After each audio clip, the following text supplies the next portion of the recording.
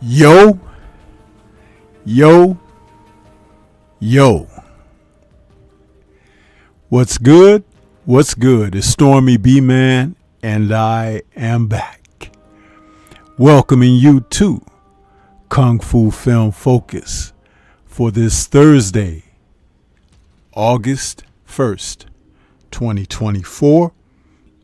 And this evening, we will be discussing another classic from the genre from Golden Harvest Studios. A little Kung Fu film joint from 1974 called The Tournament. Yeah. The Tournament is a film produced by Raymond Chow that was in the midst of a small wave of martial art films that were focused on Thai boxing, fighting styles from the Thai boxers coming out of Thailand around the early 70s. It was something that was being explored cinematically as they were looking for more types of fighting styles to incorporate into martial art films that were now moving away from so many sword films that pretty much dominated the late 50s and throughout the 60s. With Jimmy Wang Yu's 1970 epic, The Chinese Boxer, which really kicked off the hand-to-hand combat films. Plenty of martial art films would follow through where they were moving away from swords, knives, axes, spears, and focusing more on the true martial arts. Various styles, Hung Gar, Wing Chun, the animal styles that were introduced by Pops Lau Kar Long from the Shaw Brothers Studios. And then the focus would even go further into Shaolin Temple styles, the 18 Lohan Fist styles, all kinds of martial arts. But Thai boxing, I would say from 1971 through 1975 or 76, you saw a lot of Hong Kong films that would feature stories that were based out of Thailand, which gave them an excuse to have Thai fighters on screen.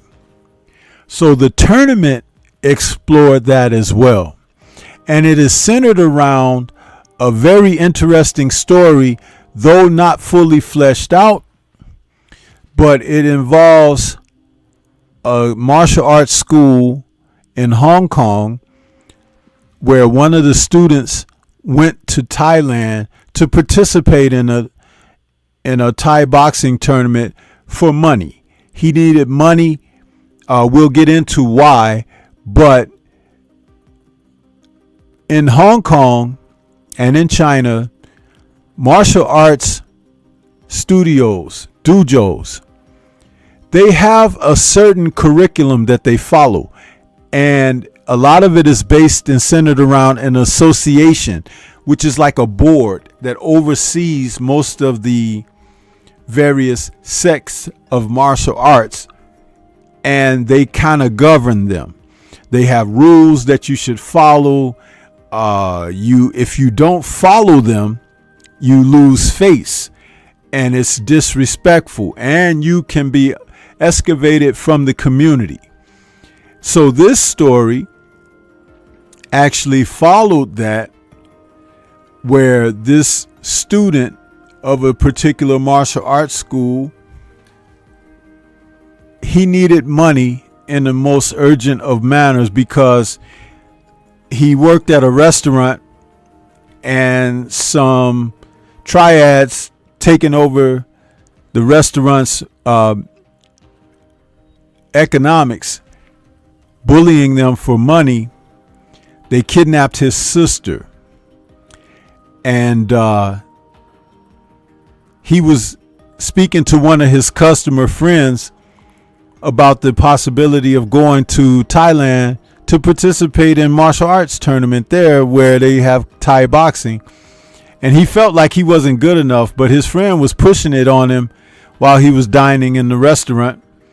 But when the triads showed up, they made a threat to put he and his boss out of business with their little storefront restaurant, and they took his sister as a hostage for down payment for monies owed. And when he went back to his school, he sought out permission from his sifu to go to Thailand to participate in this tournament because he needed the money. But he really didn't tell his sifu why the money was needed. He just said he had an urgent family matter. Maybe had he disclosed to his sifu what was really going on, things could have looked a little bit different for him. And the story kind of begins there. Now, this film, The Tournament, which features Angela Mao Ying, who is really in the midst of her prime with this film with Golden Harvest Studios. She had a great cameo in Enter the Dragon, Bruce Lee's film from 1973, where she played Bruce Lee's sister, who was harassed by the villainous Han's henchmen when they left their junk to go to the island, and they tried to assault her, which led to her fighting for her life and then eventually deleting her own life rather than let them take advantage of her. And Lee sought revenge during his quest to visit Han's Island when he found out that the man responsible for her demise, his sister's demise, was, there, and he would have to face him. But Angela Mao had that great outing. She had other films that were outstanding with Golden Harvest. She had starred in the Blade Spares None, films like Hapkido and Lady Whirlwind, and also When Taekwondo Strikes. So this was during her particular heyday, and she was a big star. Now in this film, she plays the daughter and also sister of the student in the film who wanted to go to Thailand. That student that wanted to go to Thailand was played by Yang Wei. And if you've watched any of Angela Mao's films, Yang Wei happened to be a co-star in a number of her films, whether he was playing a bad guy or a good guy, a student that was alongside of her, or one who was a part of a faction that she fought against. Also in this film, joining Angela are familiar faces, Carter Wong and Sammo Hung. Interestingly, in this film, Sammo is not playing a sidekick of hers, but actually he's playing one of the other Sifus from the Martial Arts Association, and we'll get into that association and what they meant here in this particular film. Now, her Sifu is played by Ko Shan Ting. Ko Shan Ting is a veteran Hong Kong actor. He usually plays an elder, an old master, or old grandpa in some of the early 70s Kung Fu films. And in this film, he played the senior Sifu at the school where they practice their martial arts. Carter Wong plays her brother in this film as part of the Kung Fu Dojo. Not her blood brother, but she, Carter Wong, and Yang Wei are all students of Ko Shan Ting. And when Yang Wei wants to go to Thailand, they have a sit down to discuss, and the senior Sifu was like, you can't go there. We don't represent the community like that. We will have to take it to the association to make sure that they verify that we can do this. And he was telling his Sifu that, Sifu, I don't want to get your school in trouble. Can I resign from your school and still go? Because he's trying to save his sister. This film was directed by Wang Feng, who was really the main overseer over Angela Mao's career during this time. He directed a number of her films, and he was a pretty good director with Golden Harvest Studios. He shot action very well. His camera tracked the action very well. Wang Fei never got credit like he should have, like the director Lo Wei, who was a little bit more well known with his name, but Lo Wei's films weren't as good as Wang Fei's films. And as I said, this film production was put together by Raymond Chow, of course, and you know, for his association with Bruce Lee, having been the man who gave Bruce Lee his shot in Hong Kong cinema as an adult, because Bruce Lee was a child star in Hong Kong. So he had made over 18 films, you know, in Hong Kong as a kid, where they called him and referred to him as Lei Siu Lung, the little dragon. So when he came back in the early 70s looking for work in Hong Kong in the film industry, Raymond Chow was the one that gave him the opportunity, even though Lee had sought out Shaw Brothers Studios and they denied him flat out. So that's what Raymond Chow was basically famous for, as well as being the #1 rival to Shaw Brothers Studios with his Golden Harvest Productions.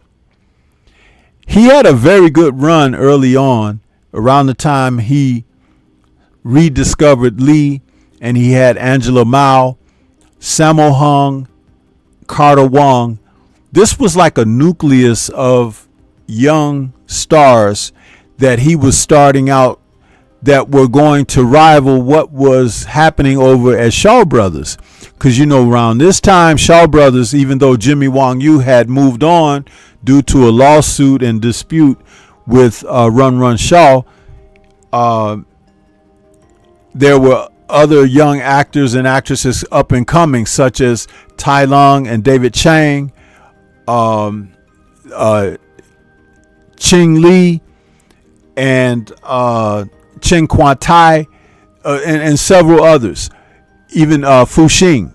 So what Raymond Chow was establishing was a good counterpoint to what Shaw Brothers Studios was doing.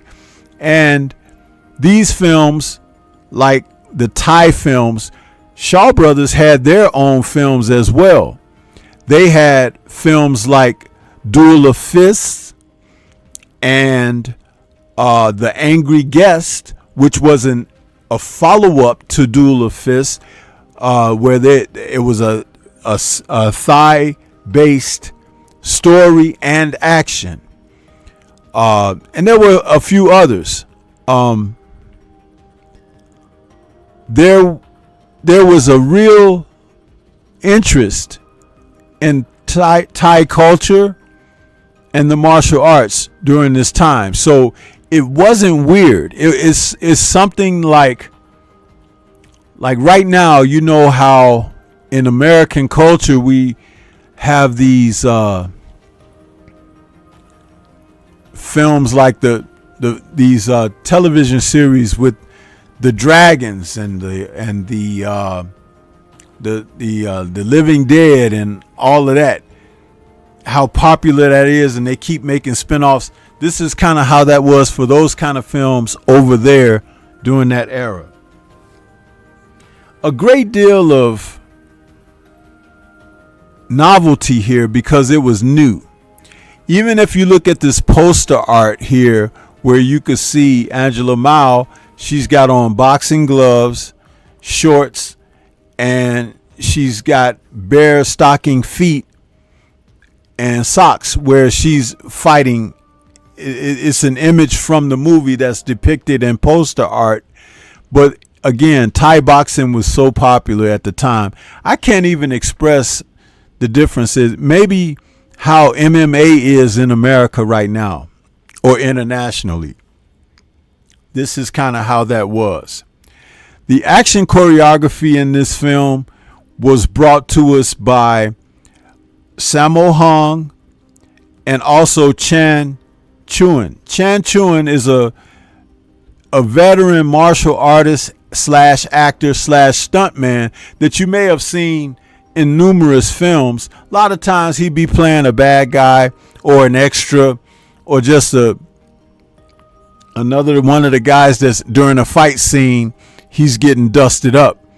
But he was a man who could help choreograph action and stunts, and he was imported over from Shaw Brothers Studios. So he was a popular guy to help behind the scenes. And Sammo was very young at the time, but his approach to choreography was fresh.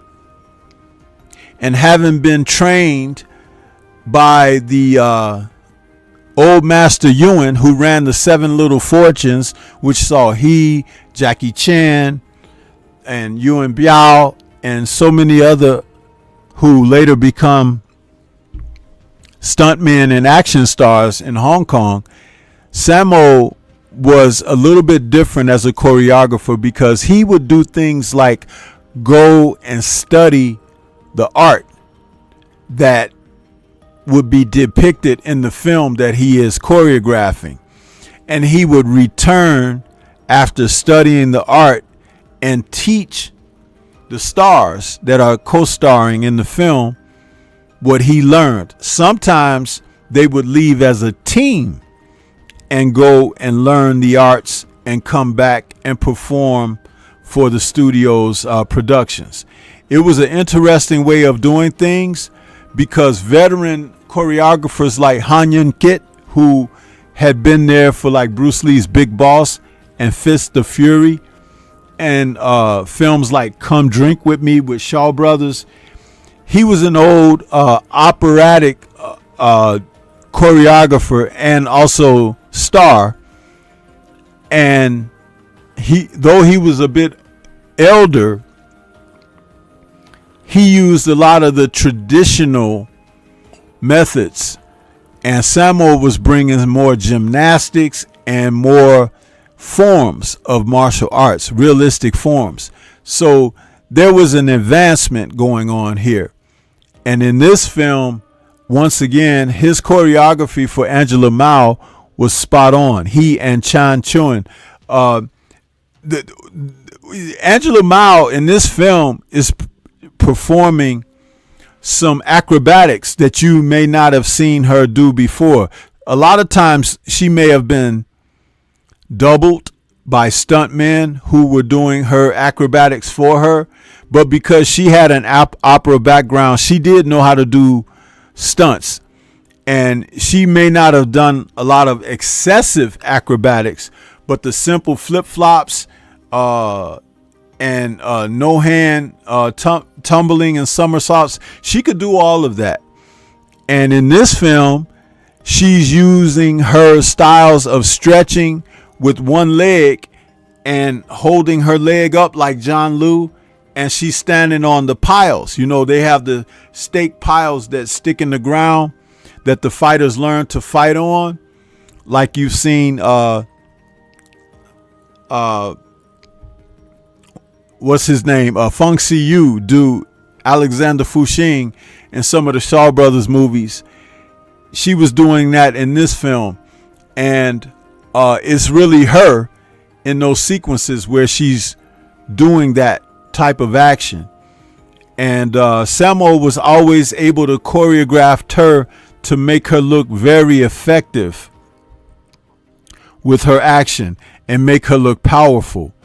That was one of his gifts in knowing how to choreograph certain individuals and give them the best look for how they could appear on screen and on film, to make them look powerful, to make them look dynamic.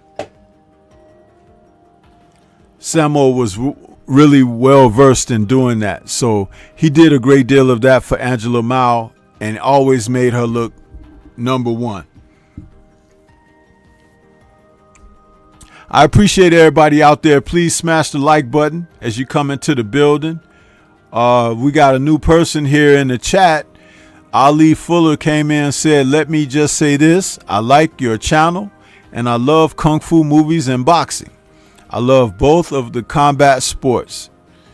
Appreciate you stopping in. Ali Fuller, welcome. Shogun 76 is in the building saying, "Salute to the Kung Fu family." And Soul Power, Gamed Up Kennels, is back saying, "Blessings, family. Smash the like button, good peoples." Yeah.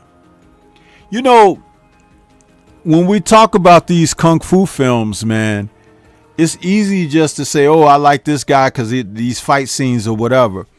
But when you learn more about them and who helped create them and what the nature and purpose was behind that creativity, it's always very impressive upon reflection. Again, because these films were imported in the U.S. during, I think, the first Kung Fu film craze was in 1972, I believe, in America. And it went to like 1975. And then it kicked in again in overdrive around 1975-76, and the second wave went through to the early 80s. But a lot of it, when it began to fall off, was because when Bruce Lee passed away, American studios, the eye that they had for these films kind of drifted off, because they like, okay, the guy who was the main man from that genre, he's no longer around, so nobody's going to be interested in these films. But what nobody really realized is that martial art films, because martial arts has such a rich history and tradition that there would be numerous, almost innumerable stories that could be told by the studios. And so America didn't pick up on it again until the early 80s, when the ninja craze kicked in, because they thought that that was something new. Also, that they could hire some of these Asian action stars, put them in a ninja costume, even though they might have a Caucasian or a Western actor playing the lead in the film. But when he goes to put his ninja mask on, now you've got an Asian in the ninja getup doing all the action. Yeah, it was that type of party, people. Yes, it was. So, back to the tournament. When Yang Wei goes to Thailand along with Carter Wong, his brother from the school, he participates in the tournament, and he is beaten badly and dies from his injuries. Carter Wong, who participated in the tournament, is beaten badly as well, and he returns home, and much to the disgrace of their dojo, because he and his brother lost and his brother passed, their senior Sifu caught a lot of flack from the association. They told him they didn't authorize him to go and represent, and he made all of their Chinese kung fu schools lose face, and they began to turn their back on him. They frowned upon him. They unsubscribed from his enrollment, and they just overall put him in a point of depression, to the point where he lost face and he ends up deleting himself. Now, he was Angela Mao's dad in the film, so when he deleted himself, of course, she really wanted to find a way to avenge her father's disgrace. And there are other co-stars in this film that you'll recognize from Golden Harvest. Guys like Wang En-sik and Chu Mu, who plays the triad at the beginning of the film, who kidnaps Yang Wei's sister. There's also Lee Kwan, who has a small role in the film, where he's playing a Thai who gambles at the fights. He's sitting in the arena always betting on the fights. Peter Chan Long, who worked with Sammo and Jackie Chan and Bruce Lee for a long time with Golden Harvest Studios, he's in this film. And also Chan Woo Nai. Chan Woo Nai is a guy who worked with Bruce and Jackie for a long time, and Sammo, and was a staple with Golden Harvest Studios from the mid-70s on to the late 70s. These guys formed a stunt team that were very active, and they produced great action during that era.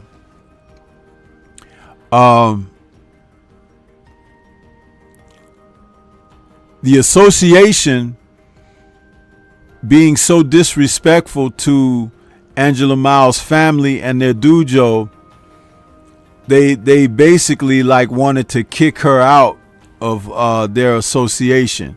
And she told them that, they deserve to be a part of associations just like everyone else, even though they lost that match in Thailand, that they still had done a lot for the community and everything. So they come to challenge her.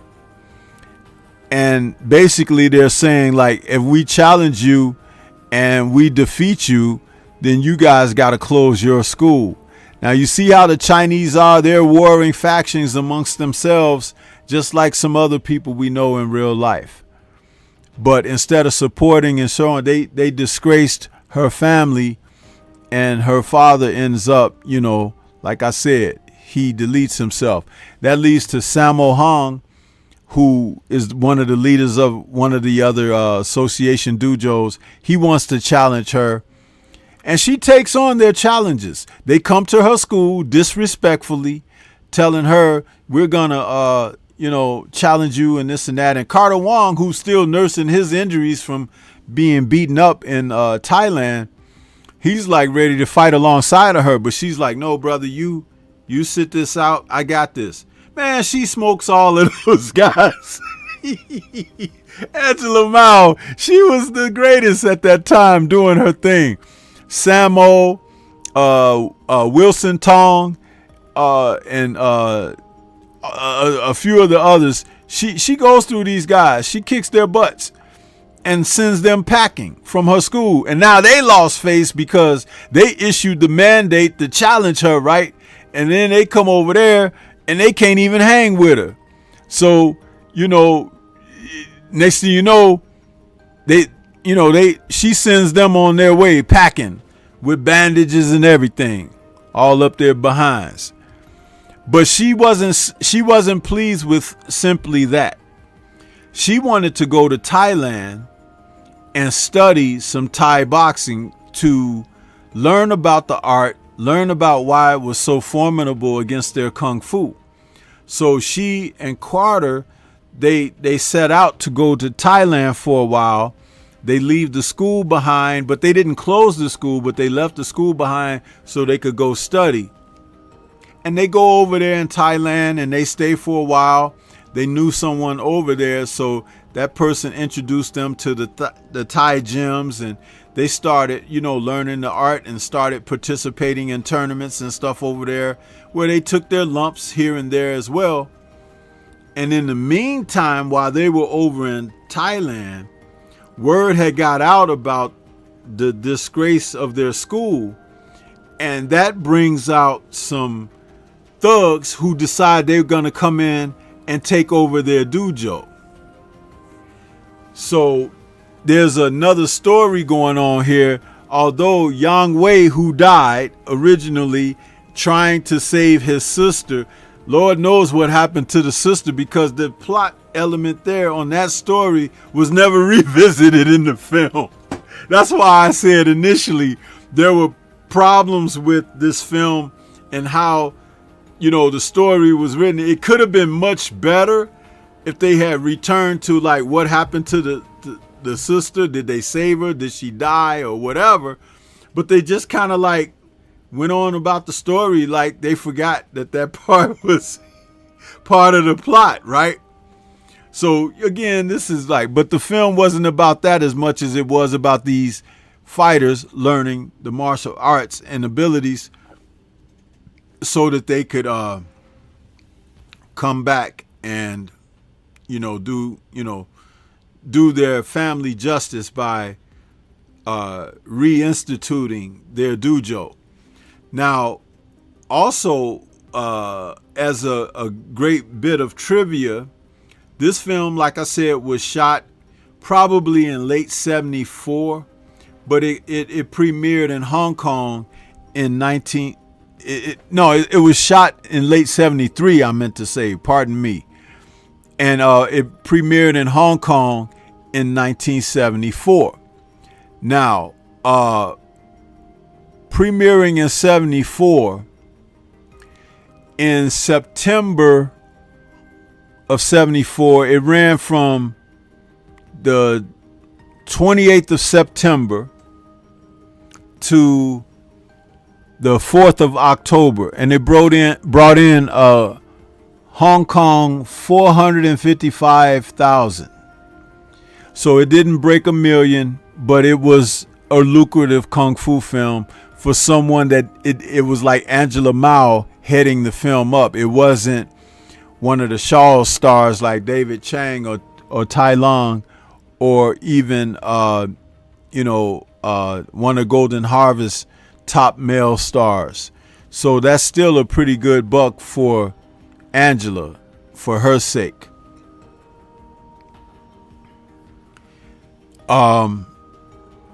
Once she gets to be adept at fighting with the Thai style, she and Carter return back to Hong Kong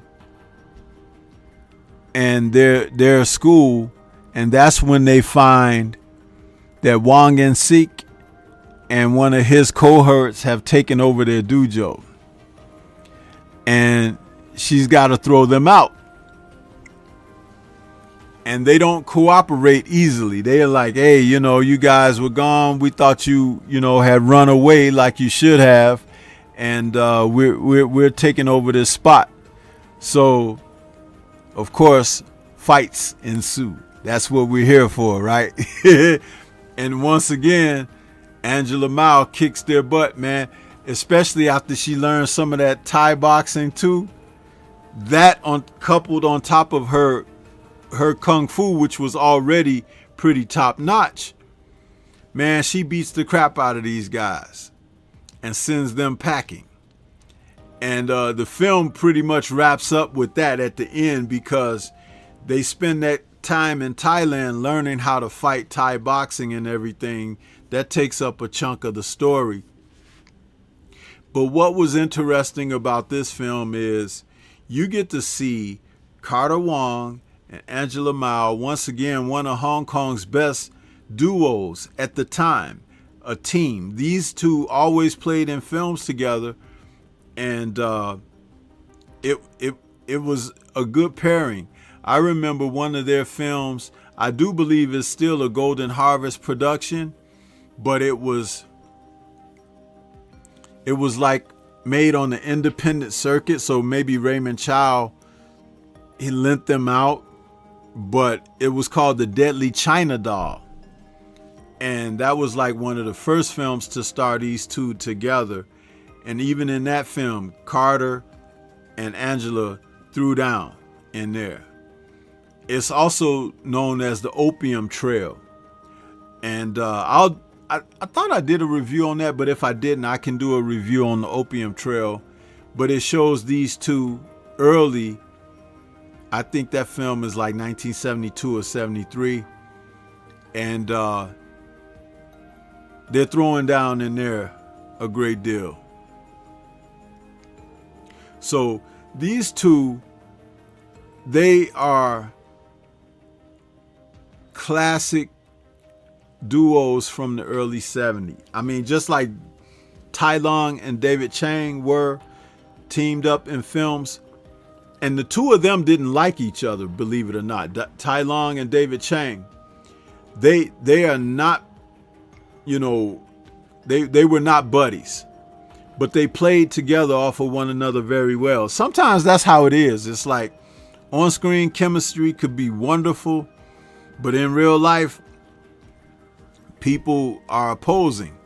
And that's probably the acting that they do, that they go to a place that they wouldn't go to in regular life because they despise one another. I don't think that was the case with Carter and Angela. They were very good together. And oftentimes they'd be playing co-students or two that come together for a cause and things of that nature. But they always worked well and worked good under Sammo's choreography.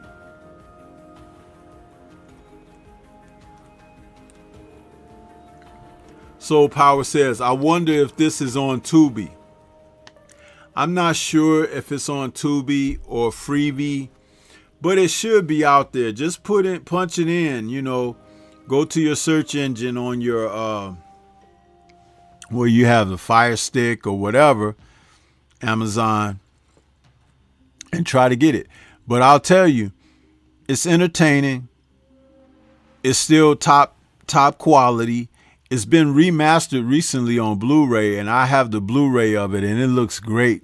I mean, I love how they're remastering a lot of these old school Kung Fu films now, and they look so good. It's like my VHSs of these films and some of the VHS transfers to DVD, they look old and washed out. The color doesn't look good, look kind of grainy and stuff, faded. But as a Blu-ray, oh my goodness. It's like night and day looking at the films. And as you see the image on this photo that I have on the screen here, that's kind of how the Blu-ray looks. It looks like that. So very good quality.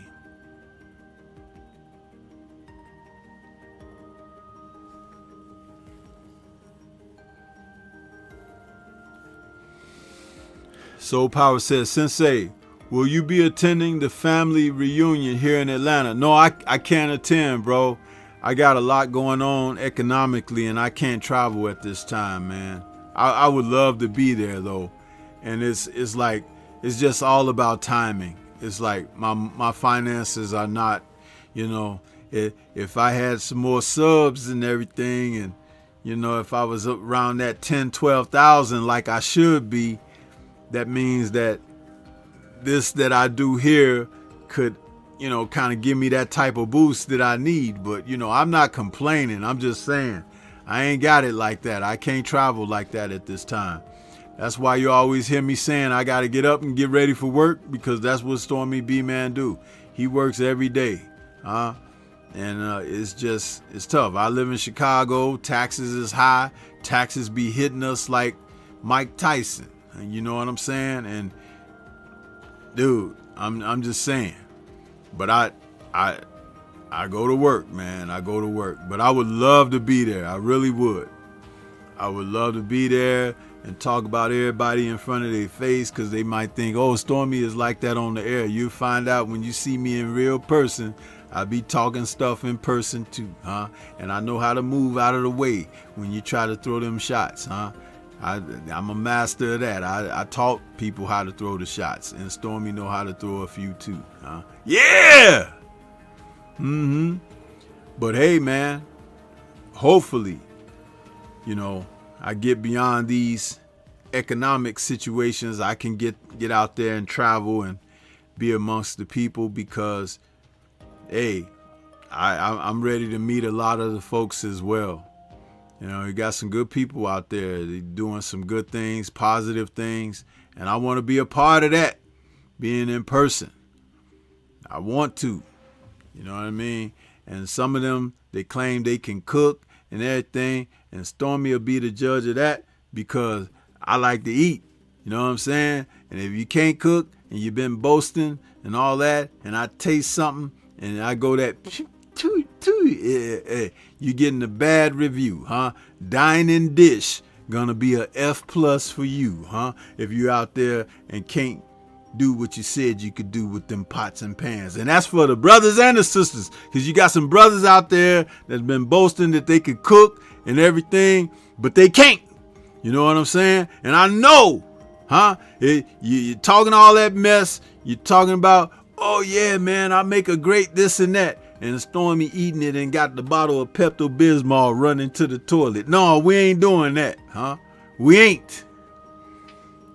Here we got, oh, look at that. We got Boxiana in the building. Arisali Diminis. What's happening with you? She says, hey, Stormy, what's going on with you? You guys, you know, you and Nick J, man, y'all be cooking over there, sister. Sometimes I just be sitting back in the cut watching y'all. I really like what y'all do.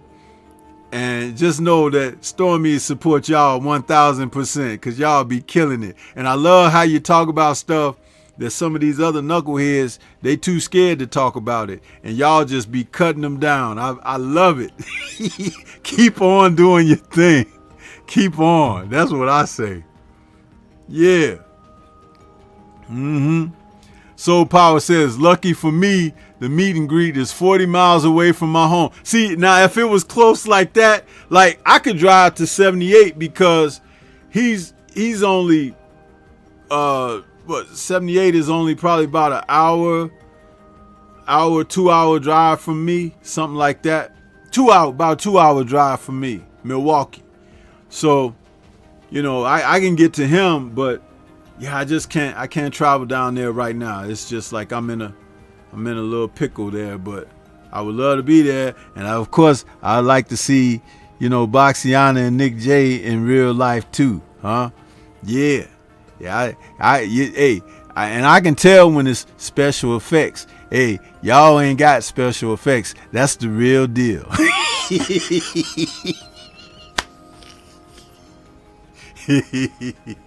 But yeah, y'all gonna get together and have some great fun.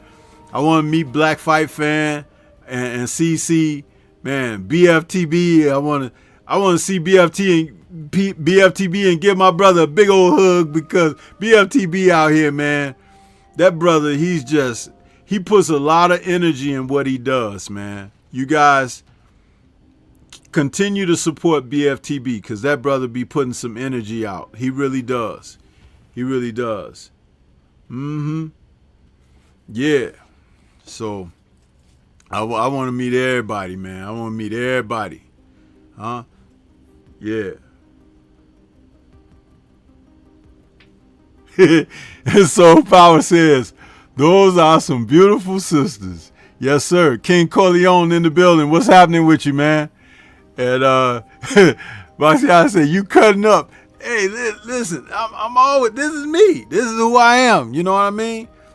I don't just know boxing. I know Kung Fu too. So if you fancy a little Kung Fu, come on by here, Baxiana, and listen to Stormy B Man when he doing this Kung Fu Film Focus. Because I get the reviews of these movies and I break it down. Tonight, talking about Angela Mao, her film The Tournament from 1974. You know Angela Mao, she played Bruce Lee's sister in Enter the Dragon. Yeah. But man, let me tell you. I'm like Yoda when it comes to the Kung Fu films. Huh? I can use the Force and tell y'all all about it. Yeah. Yeah. But hey, man, this is one of her, it's one of the least known films. I actually didn't see this film until like sometime in the 80s, because with all the films that I had seen, what didn't make it over here, when I saw this, I saw it on VHS, and I was like, The Tournament, I never seen that film. So I started looking for it, and this video store that used to be in Chicago, it's called 79th Street Video. They used to have everything, right? And I went in there and talked to the guy, Russ, who used to have that store. I say, Russ, you got The Tournament? Angela Mao. He looked up in his computer. He was like, yeah, we got that. And the VHS, the cover of it was this poster here. I took that sucker home, rented it, because I used to rent like 3 or 4 of his Kung Fu movies, ones I didn't see at the theater, or if I just wanted to see them again. He let you keep them like three days or something like that, and you bring them back.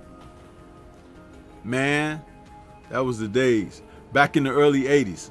Universal, what's happening with you, bro? I see you out there.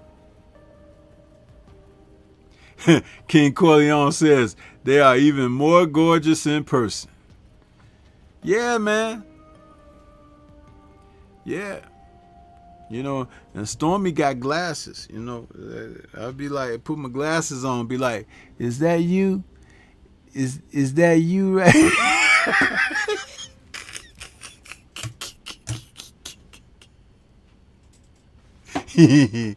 Hey, Baxiana, you remember when I asked Nick J on her birthday, I said, hey, would you take some candy from a dirty old man? And she was like, yeah. I was like, oops, I was doing that Homer Simpson, dipping back into the bushes like, yeah, man.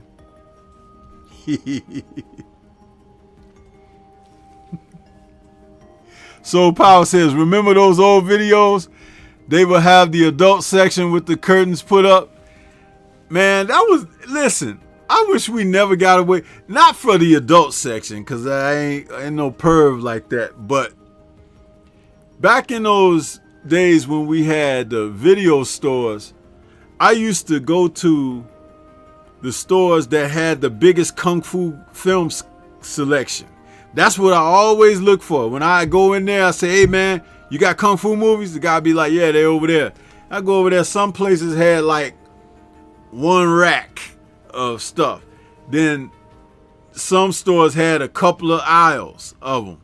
But my man Russ, 79th Street Video, damn near his whole store was kung fu movies plus the regular movies too. And then he had a back room in the back with the curtain, and those was where his adult movies were. And I'm like, man, I ain't going back there. There's some weirdos back there, bro. It's like, and he had like the cameras, you know, he could see you back there. I'm like, man, I ain't going back there. No. And he used to have this thing where when the movies came out, he'd get them like, say like release day is Tuesday the 25th, right? He'll get them like 2 weeks before on a Thursday, right? And then he'll be like, don't tell nobody, you know, and he'd be letting you rent them and stuff. If you wanted to buy them, he'd let you buy them.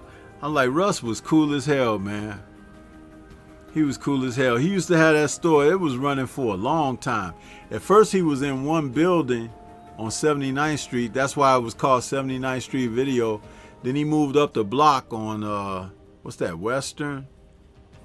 A couple blocks down, he moved and had a little smaller location. But that guy used to have, and then he used to have some people that worked in there that, you know, knew the movies and stuff. But I think some people just got close to him and I don't know, some funny stuff, but he was a great part of my life for a long time with his business there, man.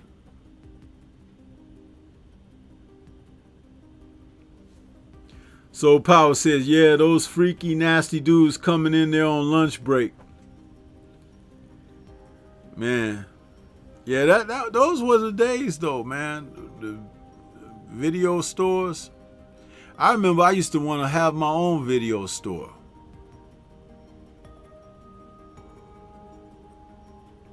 And I was thinking like I would just have kung fu movies, you know. And somebody be like, man, ain't nobody just gonna. But you guys don't have no idea how popular kung fu films were. Especially when it was something that nobody seen before. There's a whole generation of people out there that love those films, man. They love them. So,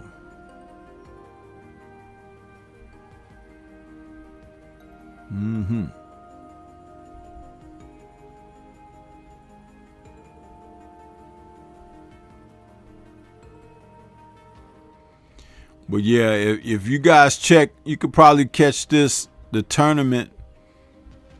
It's probably out there on one of those stations, Freebie, Tubi, something like that. There's a few of them out there, right? Those apps that show the films.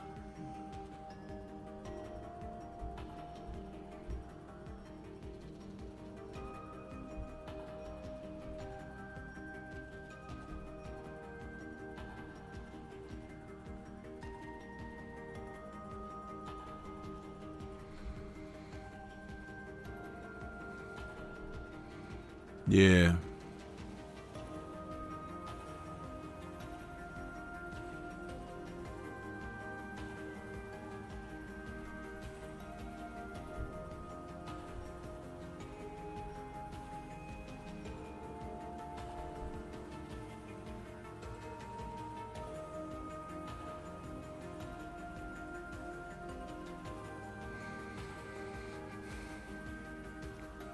Trying to see, I got my little setup here.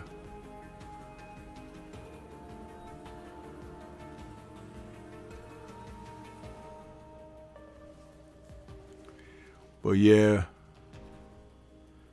Shogun says, man, I miss the video stores, the real video stores. I'm not talking about no Blockbuster. Yeah, the mom and pop stores, right? Shogun, the mom and pop stores were the best, bro. They were the best. There was this guy, this Asian guy, he had a video store in my neighborhood. It was called Dragon Video. He had the second biggest selection of kung fu films, and he would see me come in there And then sometimes he'll see me rent the same title, right? He'd be like, oh, this one again, huh? I was like, yeah, man. But he even sold me a couple of copies. He was like, look, you want this movie? He was really cool, that old guy. I miss that era, man. You know, when I saw the movie Captain Marvel, the Marvel film, remember at the beginning of that film when she fell into the Blockbuster Video, she crashed into coming in from outer space, she crashed into the Blockbuster Video, and she was walking around in there and she was looking at the different movies and stuff she was like looking at, and just seeing her in a Blockbuster Video, it took me back, because they've been gone for so long. Shit, Blockbuster's been out of business, what, almost 35 years? Something like that? Yeah. So, yeah, that was pretty cool. But yeah, let's hear from a word from our sponsor here, I usually play my sponsor early, but I figured I'd play him a little bit later today because I just wanted to jump into the topic of the show. But let's hear from the sponsor. We offer the best grooming products for you. Just so natural and handcrafted too. We wanna help be a swagger, style, class, and luxury. Make our products tailor-made for you with high quality, yeah. So get in style with the black, yeah. Company, give you swagger, style, class, and luxury, in luxury, yeah. Black, gentleman, black, yeah. Company, give you swagger, style, class, and luxury, in luxury, yeah. Located at www.theblackgent.com. Yeah. Hey, what's good, Queen 71? Yeah, she says, dang, has it been 35 years? It sure has. It sure has, Queen. Yep. Because it's been that long. It's been that long. It's like, dang.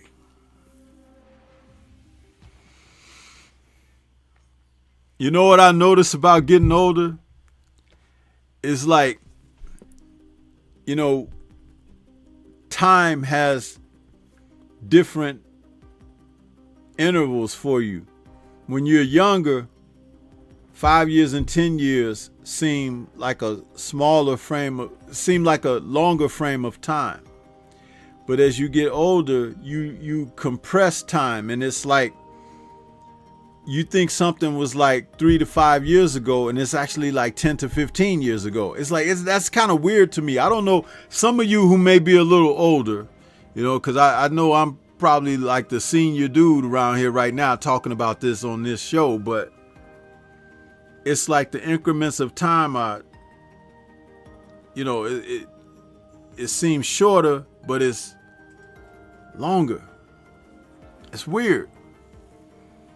Cause like I was like talking to somebody the other day about how long I've been on my job, and I was like, shit, I should be retired.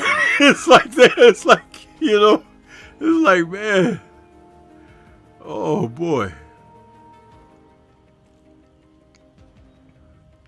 Queen says they had a good run. Yeah, they did.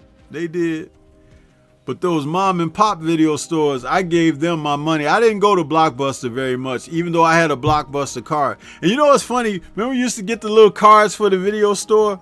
You have to show your card, and you tell the guy, I lost my card. You have to get a new one, fill out that thing, and then they print out a new one for you.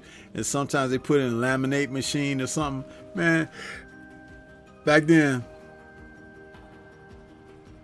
Queen says, I was there for the beginning and the end of Blockbuster. Yeah. Listen, I'm not ashamed to say that my first 2 VHS tapes of Bruce Lee movies that I bought. I spent like $60 for them. They were expensive as hell. The Big Boss and Fist of Fury. I still have them too in my collection. I got a collection of VHSs that I'm never getting rid of. I downsized quite a few of my VHSs, but I got a selection of my VHSs. I kept VHS player, rewinding machine, because it's like that takes less strain on your player. But yeah, all that stuff. I kept all of that stuff, man. Yeah. So that's what's up. But yeah, we're going to get ready to close things down. I got my my man, the Focus Ball. Want to hear from the Focus Ball. Get ready to take your striking game to the next level with the Focus Ball. Dramatically improved footwork, timing, head movement, hand-eye coordination, reflex, and overall fight IQ. It's lightweight and extremely portable, so you can train every time, everywhere. When you don't have a coach to do mitt work, get a Focus Ball. When you don't have a heavy bag to hit, get a Focus Ball. When you don't have a sparring partner, get yourself a Focus Ball. And when you just want to have fun punching and kicking, get a Focus Ball. When you train with the Focus Ball, you train your eyes and your brain to read punches so that you can hit and not get hit. Making this very simple device a must-have for all combat sports athletes and enthusiasts alike. So if you want to take your striking game to the next level, don't wait. Get the Focus Ball now.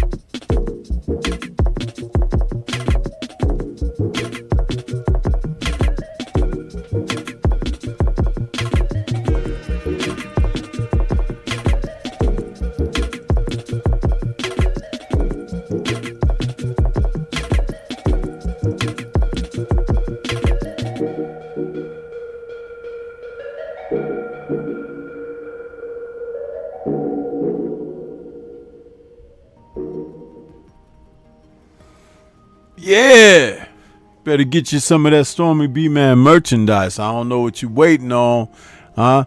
Because it ain't gonna be around forever like Blockbuster wasn't around forever. So you got to get you something in memory of being a part of the Storm Trackers. Yeah, that's what you got to do. But yeah, we've come to the end of another Kung Fu Film Focus. Man, that hour goes by so fast. But I'm just trying to bring a little bit of a break in between here and there, the sport of boxing, where we could talk about something outside of that. And my beloved love for the Kung Fu film allows me to do just that. So I want to say thank you everyone that showed up. It was great to see Boxiana come up there in Queen 71. It's always great to see the ladies come out and support. I really appreciate you all and your presence here. And I hope that you enjoyed the show, because my knowledge of these films, the people who produce and participate, act, carry out the action scenes and whatnot, is very vast. And I enjoy it. I enjoy sharing that knowledge with you guys. So with that being said, I want to say shout out to the mighty LDBC, and we will catch you guys on the next one. Peace. You guys have a great weekend. Yeah. 4-ounce sniper. Yeah. I'm live tomorrow, the Friday night chop session. Yes, sir. Yes, sir. So peace to you all. Take it easy.